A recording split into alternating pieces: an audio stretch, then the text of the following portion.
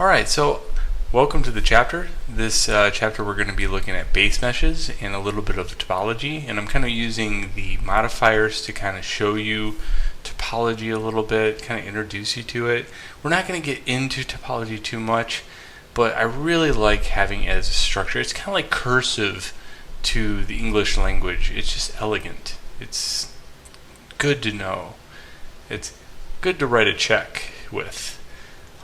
Do you need topology every time? No, but you can't make everything out of a ball, okay? So there are some polygon purists that still believe in topology, and then there's other people that just, they're starting to bridge the other way where there is no rules, okay? So topology was super important in animation.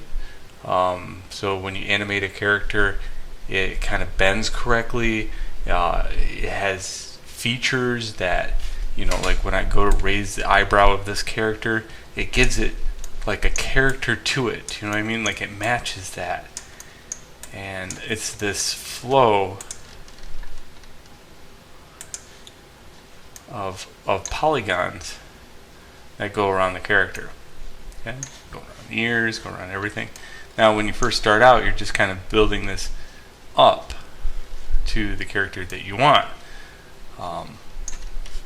So keep in mind that you're not going to be a topology expert in no means with just one lesson, but it'll get you started. Okay, that's what the important part is. If you ever use it, awesome. If you don't, and if you choose the way of trying to make everything out of a ball, that's fine too. That's kind of the way the industry has been going. The industry has been going into a kind of a portion of making something out of a really rough base mesh. It could be a ball, and then just remeshing it at the end. And then the remesh now has pseudo okay topology, but not really, because it's just for 3D print anyway. So that's where the industry is going. But good times.